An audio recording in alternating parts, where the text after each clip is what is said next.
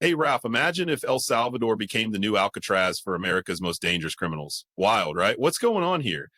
Exactly, Spud. This offer from El Salvador to take in deportees of any nationality, including violent American citizens, is unprecedented. So it's like a we'll take your baddies kind of deal, but can they even do that? Well, legally, it's quite the pickle. The United States can't deport its own citizens, so it's more of a symbolic offer. Even though it sounds dramatic, it doesn't hold much legal ground. Phew, for a moment, I thought they were going to start shipping off like cheerleaders and hamburger chefs along with the criminals. A humorous notion, Spud, but it's a serious topic. The agreement focuses more on non-citizen deportees, which still raises eyebrows regarding human rights and the capabilities of El Salvador to manage such individuals. Yeah, like Bukele saying, send them my way, we've got room. But what? The real deal here, Ralph? This move could be seen as an attempt by El Salvador to strengthen ties with the U.S. in a time of heightened immigration tensions. It's risky, though, because their system may not be equipped to handle a surge of incarcerated individuals.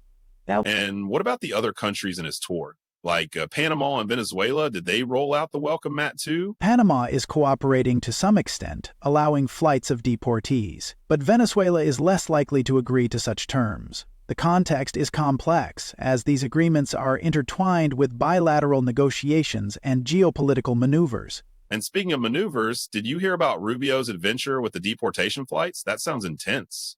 Yes, very unusual for a Secretary of State to be present at such operations. It's a potent visual statement as part of the U.S. policy on migration deterrence. Is it just me, or does Rubio seem like he's on a dramatic road trip, visiting all these countries and playing matchmaker with deportees? Well, diplomatic tours often involve complex negotiations and strategic partnerships. This one is no different, especially with the additional challenge of addressing human rights and international law. You know, sometimes I think diplomacy needs a little AI humor, just to lighten the heavy mood. Throw in a few jokes between policy talk. Perhaps a little humor could go a long way, but in this case, it's essential to address the potential human impact seriously. There are real lives at stake. True, Rolf. It's a